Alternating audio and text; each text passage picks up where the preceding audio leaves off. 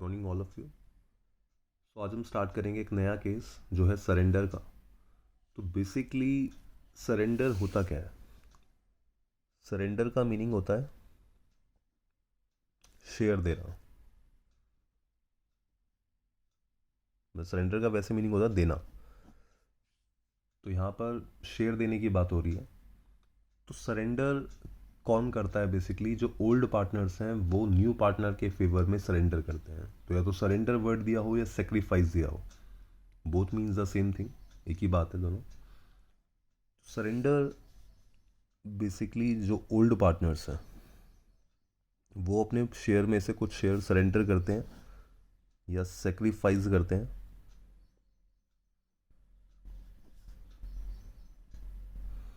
किसके फेवर में? New partner के फेवर में, जिससे मिलके न्यू पार्टनर का शेयर बनता है। तो सरेंडर के कितने केसेस हो सकते हैं? मतलब ओल्ड पार्टनर्स कितने टाइप से सरेंडर कर सकते हैं न्यू पार्टनर के फेवर में? सरेंडर में भी ओल्ड पार्टनर्स इक्वली सरेंडर कर सकते हैं। मतलब सपोज जैसे ए और बी दो पार्टनर्स हैं, तो ए भी अपने शेयर का हाफ सी न्यू पार्टनर जो है उसके फेवर में दे रहा है, बी भी अपने शेयर का हाफ दे रहा है सी के लिए। या फिर किसी रेशो में दे सकते हैं जो रेशो क्वेश्चन में मेंशन हो। या फिर ऐसा भी हो सकता है कि एक ही पार्टनर सरेंडर कर रहा हो, वन पार्टनर सरेंडर ओनली। मतलब दूसरा पार्टनर कुछ सरेंडर नहीं कर रहा, सिर्फ एक ही पार्टनर सरेंडर कर रहा है सारा शेयर। तो आज हम बेसिकली आज की वीडियो में हम स्टार्ट करेंगे सरेंडर का इक्वली वाला केस। तो एक एग्जांपल से इसे समझते हैं ताकि ये केस बहुत अच्छे से क्लियर हो जाए। तो एक एग्जांपल लेते हैं, जैसे ए और बी दो पार्टनर्स हैं, 3:2 इनकी प्रॉफिट शेयरिंग रेशो है। सी न्यू पार्टनर एडमिट हो रहा है। अब सी का शेयर हो सकता है कि क्वेश्चन में गिवन भी हो, या ये भी हो सकता है कि क्वेश्चन में गिवन ना हो। तो गिवन नहीं है तो उसमें घबराने वाली बात नहीं। मतलब ए जितना सरेंडर कर रहा है अपने शेयर में से प्लस बी जितना सरेंडर कर रहा है अपने शेयर का, दोनों को प्लस कर लो तो दोनों का जो टोटल होगा वो सी का शेयर होगा। तो हम ये यहाँ पर ये मान के चल रहे हैं कि सी का शेयर गिवन नहीं है। इनकेस गिवन भी हो तो भी आपको ये क्रॉस चेक कर लेना है कि जो ए ने सरेंडर किया और जो बी ने सरेंडर किया दोनों का टोटल सी के शेयर के इक्विवेलेंट बन रहा है। तो स्टार्ट करते हैं। और एक स्टेटमेंट हमें गिवन है यहाँ पर, A and B surrenders equally of their share in favor of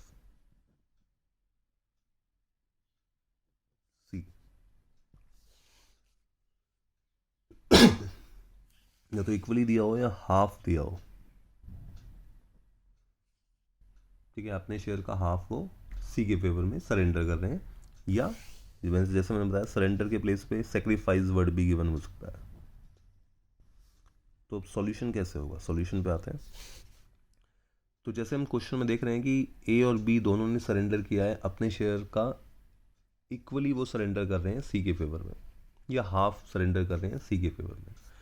तो हम स्टेटमेंट यही चीज़ स्टेटमेंट में लिखेंगे, A surrenders half of his share, मतलब अपने हिस्से का आधा, किसके फेवर में सरेंडर कर रहा है? इन फेवर ऑफ सी। तो ये चीज़ प्रैक्टिकली कर लेते हैं। एक का शेयर कितना है? 3/5। अब ये अपने शेयर का हाफ दे रहा है तो हाफ से मल्टीप्लाई कर देंगे हाफ करने के लिए। तो हाफ कितना आएगा? 3/10। अगर ए अपने शेयर में से 3/10 देता है किसको? सी को, तो ए का अपना शेयर कितना बचेगा? तो ये निकालते हैं statement, as remaining share.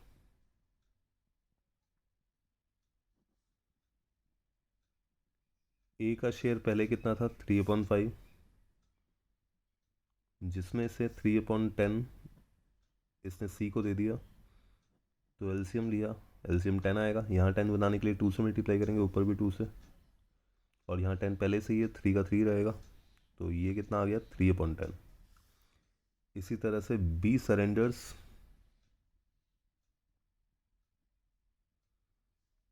half of his share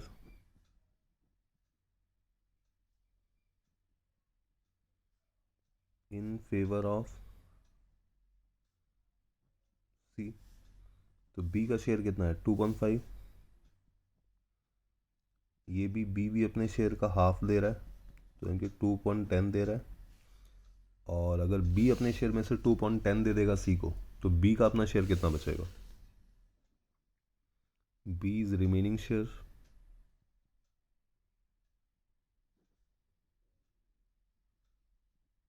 तो B का शेयर कितना है 2.5, जिसमें से 2.10 देता है C को।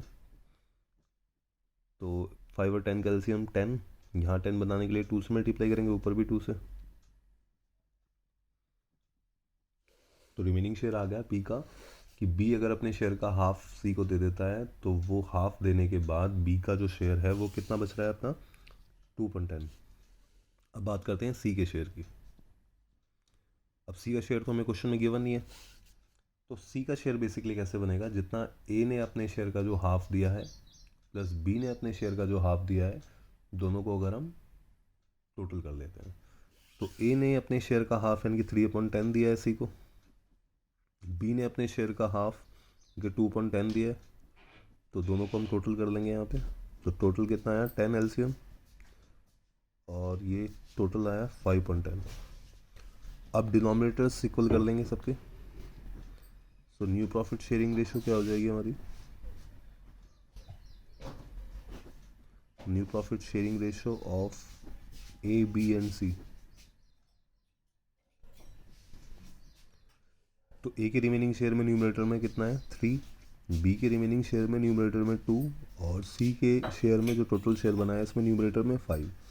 तो यही इनकी न्यू प्रॉफिट शेयरिंग रेशियो हो जाएगी 3:2:5।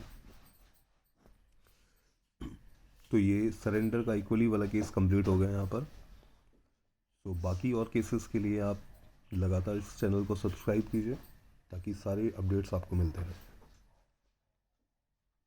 तो अगर आपको ये टॉपिक समझ आया तो चैनल को सब्सक्राइब कीजिए, वीडियो को लाइक कीजिए एंड शेयर कीजिए।